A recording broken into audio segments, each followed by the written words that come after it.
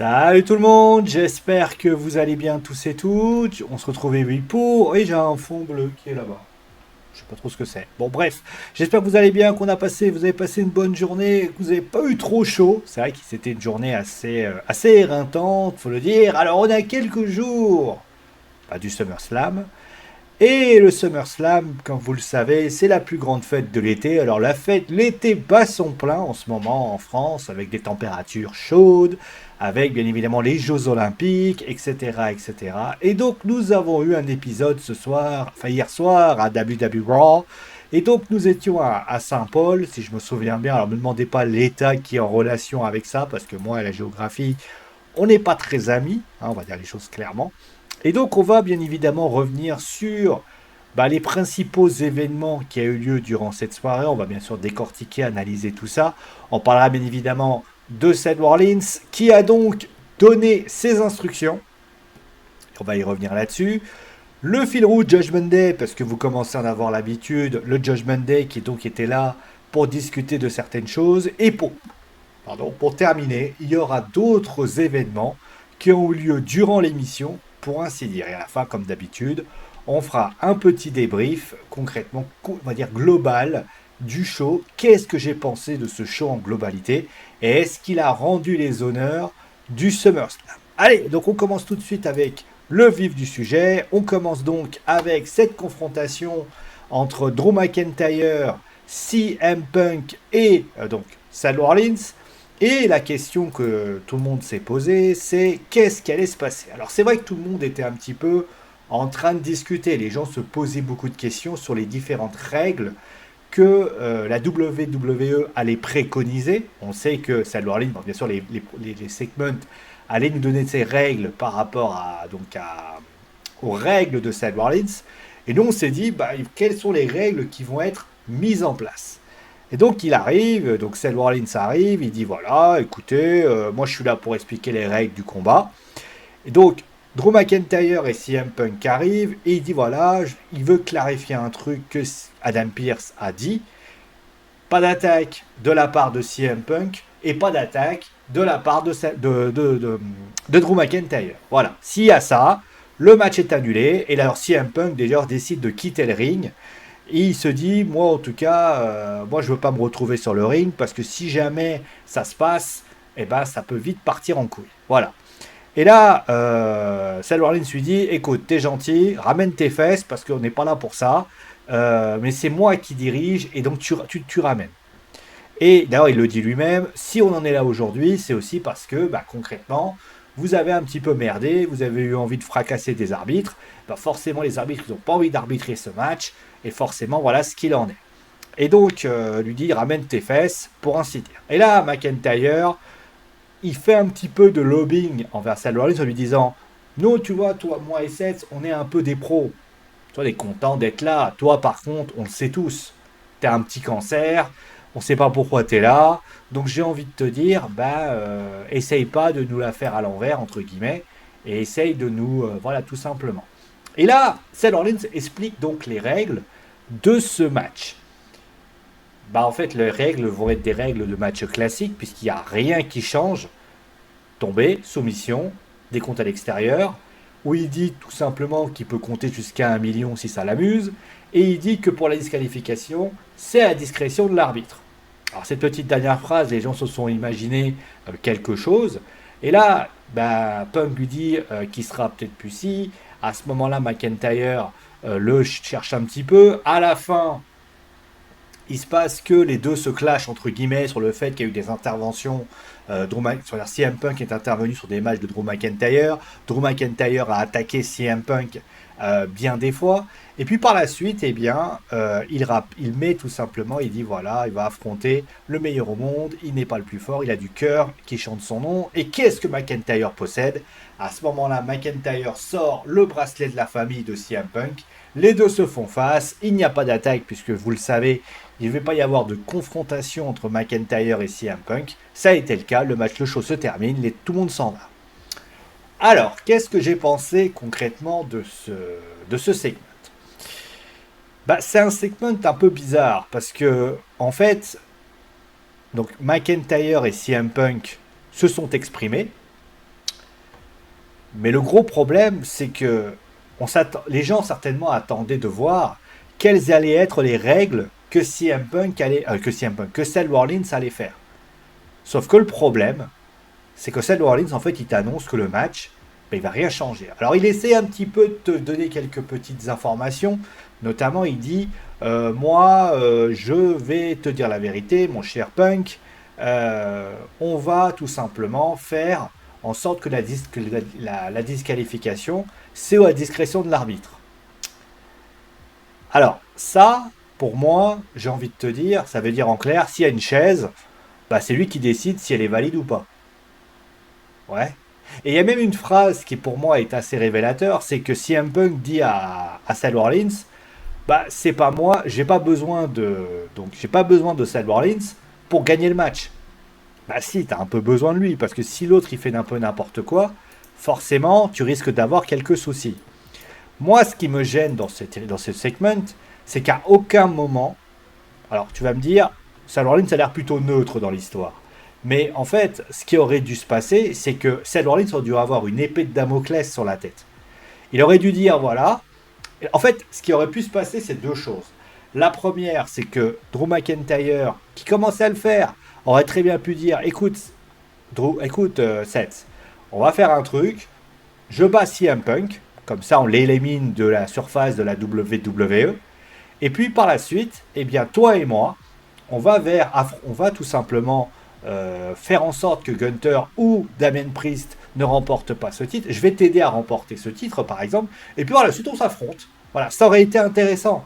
Pareil, Punk, il aurait pu lui dire, bon écoute, voilà, écoute, j'ai pas toujours été cool, je sais ce que j'ai fait, je sais ce que j'ai fait quand j'ai quitté la WWE, et il lui dit, plus par le cœur, parce qu'il parle de cœur concrètement, il lui dit, moi, je suis pas quelqu'un qui en veut je t'en veux pas d'avoir ci et d'avoir ça.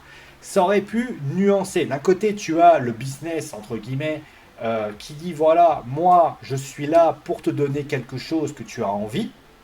Et de l'autre côté, tu as CM Punk qui lui propose finalement quelque chose en lui disant rappelle-toi, quand ta femme, je sais pas, quand ta femme avait fait, par exemple, avait été attaquée, toi tu as ressenti quelque chose, etc.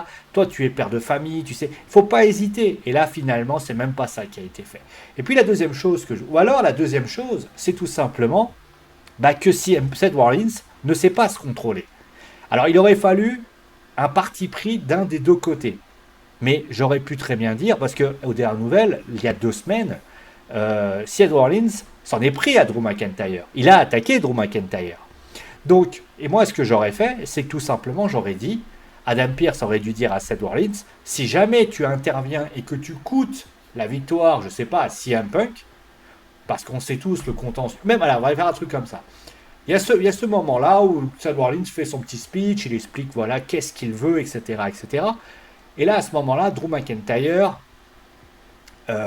commence à provoquer, sauf que il se passe que Seth Rollins s'interpose et lui dit t'as pas le droit de le toucher. Et là, à ce moment-là, Drew McIntyre rigole, met le petit bracelet, etc. Et là, à ce moment-là, eh bien, Seth Rollins, c'est un peu que veut frapper Drew McIntyre, sauf que Drew McIntyre, il esquive, il frappe Seth Rollins. Seth Rollins et CM Punk, enfin, il y a un coup qui est porté. Alors, vous allez me dire, c'est vrai que c'est la dernière semaine avant le SummerSlam, donc tu fais un peu attention. Et là, tu as Adam Pearce qui arrive devant Seth Rollins en lui disant écoute, c'est quoi ça? Il m'a provoqué, machin. Tu fais écoute, je vais te la faire très courte. J'en ai rien à faire qui t'ait provoqué, j'en ai rien à faire de ce qui pourrait arriver. Je vais te la faire très courte, ça va être très très simple. À partir de maintenant, si toi tu n'es pas neutre dans cette histoire et que par hasard tu venais à influencer Drew McIntyre ou tout bonnement CM Punk, que c'est vraiment indiqué, tu n'auras plus de match pour le titre de la WWE. Et là, tu te retrouves avec un SummerSlam 1997 qui est quand même assez révélateur. Et même, j'ai envie de te dire, tu peux même tenter quelque chose d'intéressant. Ça aurait pu raconter quelque chose. Là, c'est vrai que, bah, forcément. En fait, le truc, ce qui me gêne, c'est qu'il y a de la provoque des trois. Plutôt la provoque de. Il y a un peu, voilà, je suis l'arbitre, etc. Sauf que le problème, c'est que c'est trop gentillet. au vu du contentieux qu'il y a entre Punk et Rollins, au vu du contentieux entre McIntyre et Punk, tu dois littéralement être invivable. Je rappelle que McIntyre a tout simplement perdu des matchs pour le titre à cause de CM Punk. Et de l'autre côté, eh bien, nous avons CM Punk qui, de l'autre côté, a perdu un objet qui lui est cher, qui est le bracelet en question. Tu peux jouer là-dessus. Il y a un contentieux entre les trois. Alors vas-y, tente tout et mets Seth Rollins dans une position compliquée parce que forcément, c'est là que c'est important. Et là, bah forcément, ça aurait été intéressant. Et tu aurais pu lancer de nouvelles rivalités. Alors ça va certainement se faire parce que je pense que CM Punk va tout simplement, ou Drew McIntyre vont coûter quelque chose. Mais de vous à moi, je trouve que c'est quand même globalement assez what the fuck dans cette histoire pour ainsi dire. Voilà. Ensuite, on a eu le fil rouge de la journée, c'était tout simplement le Judgment Day. Alors, on va y revenir là-dessus. Alors, on va revenir sur les différents matchs. Alors, qu'est-ce qui s'est passé? On est en coulisses, et là, à ce moment-là, on apprend que le vestiaire a été attaqué. Alors, tu sais tous que ça vient de Liv Morgan. Et il se passe que le Judgment Day fait un peu le ménage, etc. Damien dit qu'il aimerait être dans le côté de Balor, mais Balor lui dit qu'il doit se concentrer sur le SummerSlam. Il va s'occuper de Gunther, et Dominique lui dit qu'il propose que ce soit Carlito qui s'occupe de Sami Zayn. Et là, Carlito lui dit, je vais aller voir Adam Pearce. Adam Pearce, donc à ce moment-là, ça revient, et Carlito lui dit, c'est bon, c'est réglé, Dominique t'affrontera Sami Zayn. Et à ce moment-là, il lui dit, c'était pas supposé être ça, ça devait être toi qui devais l'affronter. D'ailleurs, Rhea arrête pas de dire, qu'est-ce qu'il fout là dans cette histoire? Et là, Rhea Ripley dit, écoute, comme toi t'es libre, tu seras là pour gérer Jey Uso. Et là, Rhea Ripley lui dit de retourner voir Adam Pearce. Alors, on va commencer tout de suite par ces segments-là, on va pas se leurrer. Carlito est un peu le JD McDonald's aujourd'hui. Parce qu'on le sait, aujourd'hui, il y a Rhea qui était absent pendant un certain temps. Il fallait trouver un membre capable de jouer un petit peu l'entremetteur. Au final, c'est lui qui a été choisi. Voilà, tout simplement. Et donc, il y a un premier match qui a lieu entre Jey Uso et Carlito. Le match, globalement, avec un spear de Jey Uso, où Carlito est pas ridicule. Il fait un bon match, plutôt intéressant, plutôt bien. Il s'en sort plutôt bien. Il met un spear avec la pomme qui explose. Ça, c'est plutôt intéressant dans cette histoire-là. Après, comment dire, j'ai pas trouvé que c'était super intéressant dans le sens où c'est un match parmi tant d'autres. Tu vois, Jey Uso, j'ai l'impression qu'il traîne autour du Judgment Day, mais après, ça reste quand même gentil. Et puis par la suite, il y a un match entre Sami Zayn et Dominic Mysterio. Donc Sami Zayn qui gagne par disqualification, puisque JD et Carlito interviennent à ce moment-là. Ça fait venir Jey Uso qui vient aider son poteau. Les deux s'en prennent, et puis par la suite, il y a Braun Breaker qui arrive. Alors, encore Jey Uso contre Carlito, je dis pourquoi pas. Que tu mettes ensuite avec Dominique qui intervient, pourquoi pas. Maintenant, on va y revenir à Dominique, parce que Dominique, Rhea, dans cette histoire-là, a été globalement assez absent. Il y a eu 2 segments qui a eu lieu, notamment en backstage, avec notamment Liv Morgan, mais on va y revenir là-dessus. Mais moi, ce qui me gêne dans cette histoire, je vais vous le dire, c'est surtout que Sami Zayn, il a une rivalité avec Braun Breaker. On est tous d'accord là-dessus. Pourquoi est-il en rivalité avec le Judgment Day? On est tous d'accord que Jey et Sami sont potes, mais à un moment donné, si tu veux un tant soit peu réfléchir, avoir une vraie réflexion, tu dois à un moment donné te dire, ce qu'on va faire, on va faire en sorte que Sami Zayn ait une rivalité avec Braun Breaker. Au début, ils sont partis notamment avec un Ilja Dragunov qui était dans cette histoire-là. D'ailleurs, Dragunov est complètement disparu. Moi, je dis, Dragunov, il doit être celui qui doit être le game changer de cette rivalité. Il a perdu, oui. Il n'a pas la possibilité d'affronter Sami Zayn au SummerSlam. Ok. Mais aux dernières nouvelles, ça reste trop léger par rapport à tout ça. Sami Zayn, il doit avoir sa rivalité. Il ne peut pas aller chercher le Judgment Day, tout ça, parce que Judgment Day, tout ça. Ça me paraît un peu compliqué et j'ai pas du tout aimé, pour ainsi dire. Après, le match en lui-même entre Dominique et Sami était plutôt bon. Après aussi, Dominique est là. Alors, il y a cette fameuse vignette qu'on voit avec... Mais j'ai envie de dire, mais tu as envie de montrer de la haine, fais intervenir Liv Morgan et Rhea Ripley. Tu vois, Liv Morgan, elle arrive, elle est en colère, et j'ai même envie de te dire, ce qui aurait été intéressant, c'est que le segment que tu vois en coulisses, où tu vois notamment tu vois Liv Morgan apparaître, tu vois un espèce de bidon qui se trouve dans l'estrade, et tu vois Liv en train de jeter les photos de Dominique Mysterio, en train de le regarder. Et Dominique aurait été surpris, et là, à ce moment-là, elle lui aurait coûté le match. Alors, parce que le problème, c'est que c'est quoi? Une intervention du Judgment Day avec Carlito et JD. Ben non, ça va pas. Et là, Rhea serait intervenue, et là, Liv se serait retrouvée en train de courir vers Dominique. Dominique aurait essayé soit d'essayer de la prendre pour la protéger, ça peut être la possibilité numéro une, genre elle se serait mise derrière lui, ou tout simplement elle serait passée en dessous de ses jambes et elle serait partie. Et là, tu vois Dominique, tu vois Liv qui regarde, voir un petit soupçon de malice en fait. Et là, à ce moment-là, tu vois Rhea qui fait et là, Dominique qui ne sait pas quoi faire. Voilà, ça aurait été intéressant, ça aurait pu nous raconter. Alors peut-être pas, parce que de toute façon, c'est trop tard. On sait tous que Liv Morgan va. Après, j'ai dit la semaine dernière, j'ai dit quel est l'intérêt de faire gagner Rhea Ripley? Tu fais un teasing de fou avec une rivalité avec Liv Morgan qui est amoureuse de Dominique Mysterio. Le mec est à deux doigts de céder. Et qu'est-ce que tu fais? Tu dis finalement, ouais, Basu, je suis pas sûr. Non, ce que tu dois faire, c'est utiliser ce que tu as entre tes deux oreilles, et tu en as forcément quelques-uns, et te dire, bon écoute, ce qu'on va faire, on va changer le game changing avec finalement quelque chose comme ça. Là, c'est vrai qu'on va y revenir. Liv Morgan, ben, elle est où Liv Morgan, que je me trompe pas. Voilà, Liv Morgan qui brûle une photo de Dominique Mysterio en pleurant. Elle dit qu'elle l'avait pourtant traité comme il méritait. Elle brûle d'autres photos de leur couple. Et elle dit qu'au SummerSlam, elle prendra sa revanche contre Rhea Ripley. Ouais. Et Rhea qui répond, qui dit Liv peut brûler et briser les choses. C'est l'imagination de cette histoire de revanche tour. Tout va se terminer, etc. Il n'y a rien d'autre. C'est dommage, ça tombe un peu en queue de poisson. Et puis il y a Gunther contre Finn Balor, très bon match d'ailleurs, faut quand même le dire. Alors les matchs globalement ont été très bons, clairement, mais c'est plus le storytelling que je fustige, et puis Damien Priest qui intervient et qui s'en prend donc à Gunther.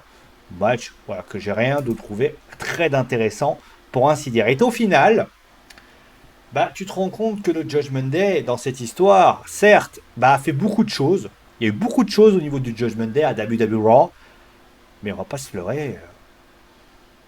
Ça reste léger, quoi.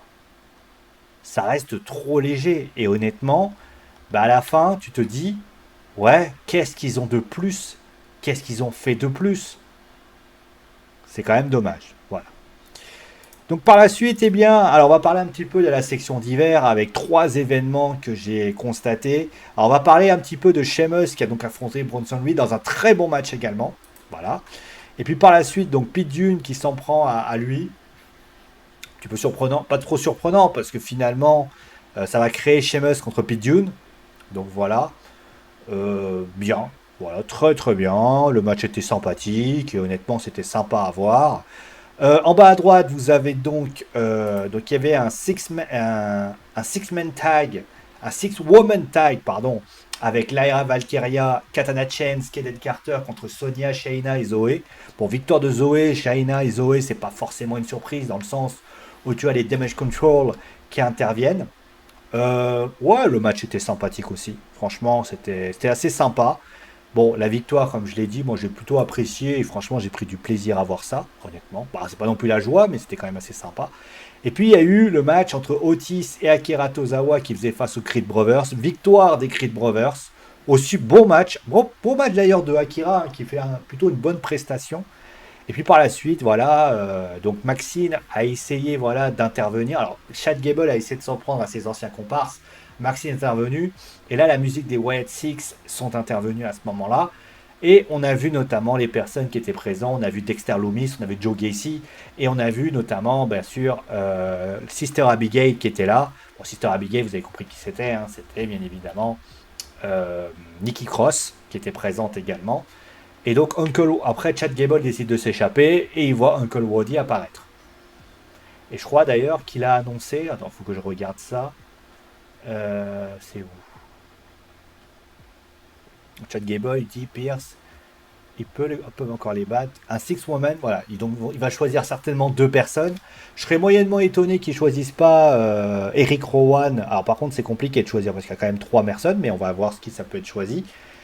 Trois personnes, donc trois personnes. Je pense qu'il y aura du Rowan, du Dexter Loomis et du Dexter Loomis. Qui c'est que j'ai oublié? Et du Joe Gacy. Voilà, je pense pas qu'Uncle Wody va apparaître et Nikki Cross sera pas forcément là. Voilà. Mais on va voir comment ça se passe. Parce que, d'ailleurs, Dexter Loomis est en thérapie.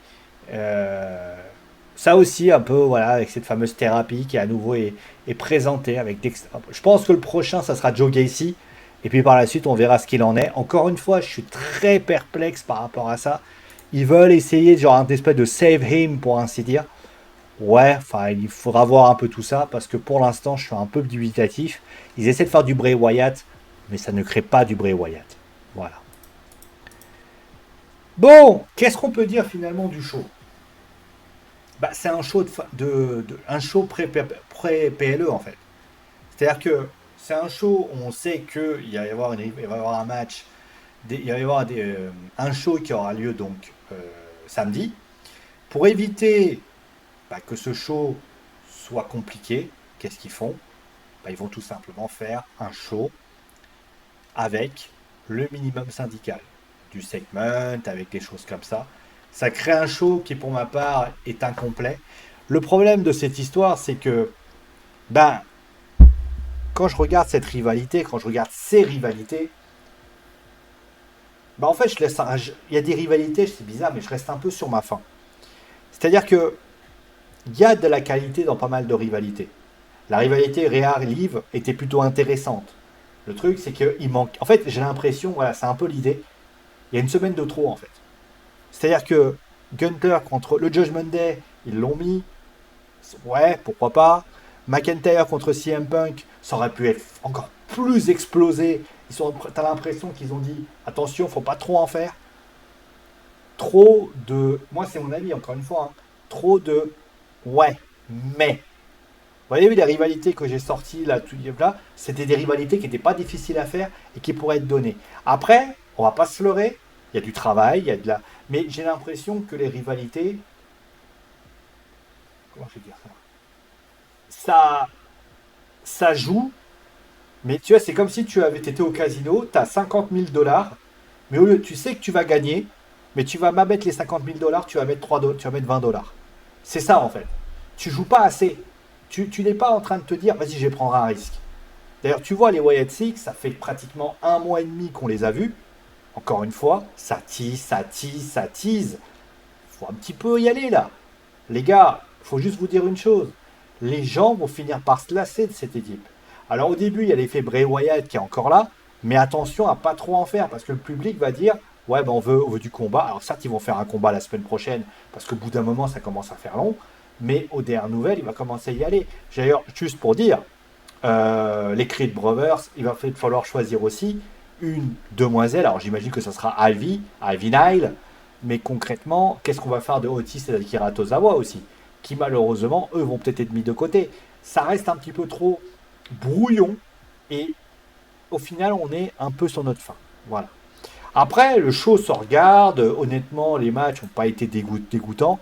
Après, je vais pas vous mentir, c'est pas les matchs les plus impressionnants que j'ai suivis. Voilà. Je vous souhaite bien sûr une bonne soirée. Dites-moi ce que vous avez pensé de tout ça en commentaire. On se retrouve très très vite pour une nouvelle émission sur Wrestling Football. Les épéistes, bien sûr, pour information, les épéistes sont médaillés d'argent. Voilà, malheureusement. Eh oui. Elles sont passées à 30-29, pour ceux qui voudraient savoir. En tout cas, merci à vous tous. Prenez soin de vous, amusez-vous bien. Et ciao les amis.